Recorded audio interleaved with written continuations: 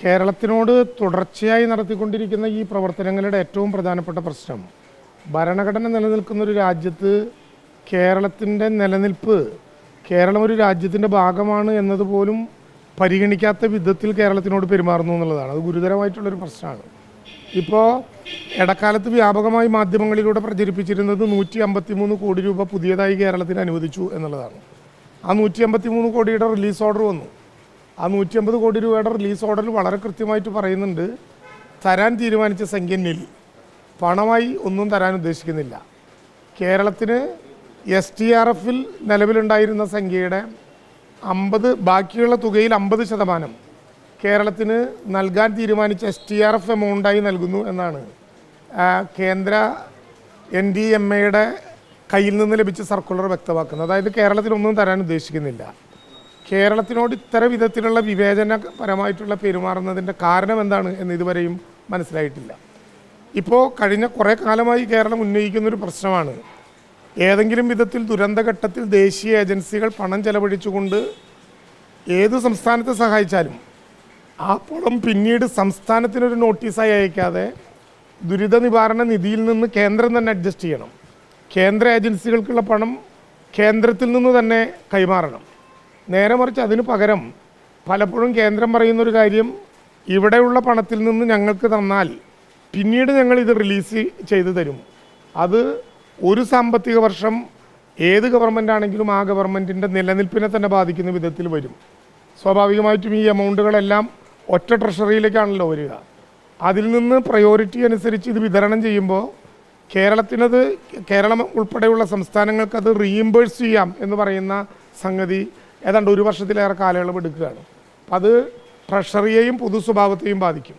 ഇപ്പോൾ കേരളത്തിനോട് ഈ വിധത്തിൽ പെരുമാറാൻ ഒരു കാരണവശാലും പാടില്ലാത്തതായിരുന്നു.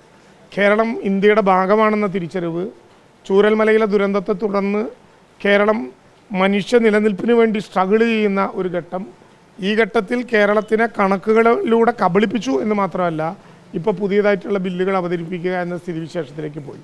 ശക്തമായി പ്രശ്നം കേരളം ഉന്നയിക്കും. ജനകീയമായിട്ടുള്ള പിൻബലത്തോടെ കേരളത്തിൻ്റെ ജുഡീഷ്യറിയുടെ മുമ്പാകെ ഇക്കാര്യം ബോധ്യപ്പെടുത്തും. കേന്ദ്ര ഗവൺമെൻറ്റിനോട് വീണ്ടും ഇക്കാര്യം ഉറപ്പുവരുത്തും. ജനങ്ങളുടെ മനസ്സാക്ഷിക്ക് മുമ്പുള്ള കോടതിയിൽ കേരളം ഈ വിഷയം വളരെ ഗൗരവത്തോടെ പറയും. ഇങ്ങനെ കൈകാര്യം ചെയ്യേണ്ട ഒരു സംസ്ഥാനമല്ല കേരളം. അതുകൊണ്ട് ആ നിലപാടുകളുമായി കേരളം ശക്തമായിട്ട് മുന്നോട്ട് പോവുകയാണ്. കേരളത്തിന് തരാമെന്ന് പറഞ്ഞിരുന്ന ഒരു വിധത്തിലുമുള്ള സഹായങ്ങൾ ഉണ്ടായില്ല. ഈ കഴിഞ്ഞ ദിവസം കോടതി ചോദിച്ചല്ലോ, മാനദണ്ഡങ്ങളുടെ കുരുക്കിൽപ്പെടാതെ ഈ പ്രശ്നത്തിൽ കേരളത്തെ എങ്ങനെ സഹായിക്കാൻ കഴിയും എന്ന് കേന്ദ്ര ഗവൺമെൻറ് പറയണം. കോടതി ഒരു മീഡിയേറ്റർ ആകണോ എന്ന ചോദ്യം ചോദിക്കേണ്ട ഗതികേട് ഒരു നീതിന്യായ പീഠത്തിനുണ്ടാവുകയാണ്. എന്താണ് കോടതി യഥാർത്ഥത്തിൽ മീഡിയേറ്റർ ആകേണ്ട ഗതികേട് ഉണ്ടാക്കുന്നതിൻ്റെ കാരണം? കേരളം മാത്രമല്ല, സംസ്ഥാനങ്ങളിൽ ഒരു ദുരന്തമുണ്ടായാൽ ഒരു ഗാർഡിയൻ ഏഞ്ചലിനെ പോലെ പെരുമാറണം എന്ന് സുപ്രീം കോടതി നിരീക്ഷിച്ച കേന്ദ്ര ഗവൺമെൻറ് ആ വിധത്തിലല്ലാതെ പെരുമാറുന്നു എന്നുള്ള തിരിച്ചറിവാണ് കോടതിയെ കൊണ്ട് ഞങ്ങൾ മീഡിയേറ്റർ ആകണോ എന്ന ചോദ്യം ചോദിക്കാൻ പ്രേരിപ്പിച്ചത്. ഒരു ജനാധിപത്യ രാജ്യത്ത് അങ്ങനെ മീഡിയേറ്ററായി കോടതി നിൽക്കേണ്ട ഗതികേടുണ്ടായാൽ ഇനി തുടർന്നുള്ള സഹായങ്ങൾക്ക് കേരളം എന്താണ് പ്രതീക്ഷിക്കാൻ കഴിയുക? അല്ല, അങ്ങനെ വേണമല്ലോ കരുതാൻ. ഇവിടെ നിന്നുള്ള കേന്ദ്രമന്ത്രിമാരും MP-മാരും എല്ലാവരും ഒറ്റക്കെട്ടായി കേരളത്തിന് വേണ്ടി വാദിക്കണം. ഇതിൽ രാഷ്ട്രീയ പ്രശ്നമല്ല, മലയാളി എന്ന വികാരമാണ് ഇവിടെ നമ്മളെല്ലാവരും പ്രകടമാക്കേണ്ടത്. ആ വികാരം പ്രകടമാക്കി കേന്ദ്രമന്ത്രിമാർ, കേരളത്തിൽ നിന്നുള്ള MP-മാർ എല്ലാവരും, ഇപ്പോൾ ബഹുമാനപ്പെട്ട മുഖ്യമന്ത്രി വിളിച്ചു ചേർത്ത MP-മാരുടെ യോഗത്തിലെടുത്ത തീരുമാനം ദീർഘമായൊരു കാലത്തിന് ശേഷം എല്ലാവരും ഒരുമിച്ച് നടപ്പിലാക്കി എന്നുള്ളതാണ് ഇത്തവണത്തെ പാർലമെൻറ്റിൻ്റെ പ്രത്യേകത. ഭരണപ്രതിപക്ഷ വ്യത്യാസമില്ലാതെ കേരളത്തിൽ നിന്ന് പോയ ലോകസഭ, രാജ്യസഭ അംഗങ്ങളെല്ലാം ഒറ്റ ശ്വാസത്തിൽ, ഒറ്റ വികാരത്തിൽ കേരളത്തിന് വേണ്ടി നിലയുറപ്പിച്ചു, കേരളത്തിന് അഭിപ്രായ പ്രകടനം നടത്തി. എന്നിട്ട് പോലും ഏത് വിഭാഗത്തിൽപ്പെടുന്ന ദുരന്തമാണെന്ന് പോലും പറയുന്നില്ല എന്ന് പറഞ്ഞാൽ അതിൻ്റെ അർത്ഥം ഏത് വിധേനയും കേരളത്തെ ദ്രോഹിക്കുക എന്നുള്ളതാണ്. കേരളത്തിൻ്റെ കടങ്ങളെഴുതി തള്ളാനും ഏത് വിധത്തിലുള്ള ദുരന്തമാണെന്ന് പറയാനും തയ്യാറാകുന്നില്ല.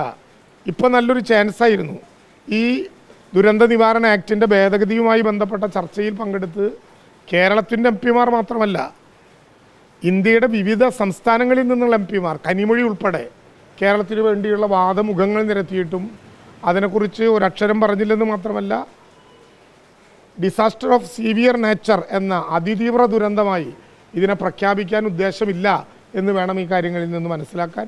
തീർച്ചയായിട്ടും ആ നിലപാട് ജനങ്ങൾക്ക് അംഗീകരിക്കാൻ പറ്റാത്തതാണ്. രാഷ്ട്രീയത്തിനതീതമായി കേരളം ഒറ്റക്കെട്ടായി ഈ വിഷയത്തിൽ കേരളം ഇത് അനുവദിച്ചു കേരളത്തിൽ തരണം എന്ന് വിചാരിച്ച് നിൽക്കും. ചില ആളുകൾ ഞങ്ങളോട് ചോദിക്കുന്നുണ്ട്, നിങ്ങൾ ഇത്രയായിട്ടും എന്തുകൊണ്ടാണ് പ്രതീക്ഷിക്കുന്നത് കേരളത്തിൻ്റെ അവകാശമാണ്. അല്ലാതെ ടിക്കറ്റ് എടുത്തിട്ട് ലോട്ടറി അടിക്കുമോ എന്ന് പ്രതീക്ഷിക്കുന്നത് പോലെയല്ല. കേരളത്തിന് ലഭ്യമാകേണ്ട ഒരു അവകാശം കേരളം പ്രതീക്ഷിക്കുകയല്ലാതെ മറ്റെന്താണ് ചെയ്യേണ്ടത്? കേരളം പ്രതീക്ഷിക്കുന്നുണ്ട് ഇപ്പോഴും. അത് കേരളത്തിൻ്റെ അവകാശത്തിന് വേണ്ടിയാണ്, അനധികൃതമായ ഏതെങ്കിലും ഉപകാരത്തിന് വേണ്ടിയല്ല. മറ്റെല്ലാ സംസ്ഥാനങ്ങൾക്കും കിട്ടിയ അവകാശത്തിന് വേണ്ടിയാണ്. ആ ദൗത്യവുമായി കേരളം മുന്നോട്ട് പോകും.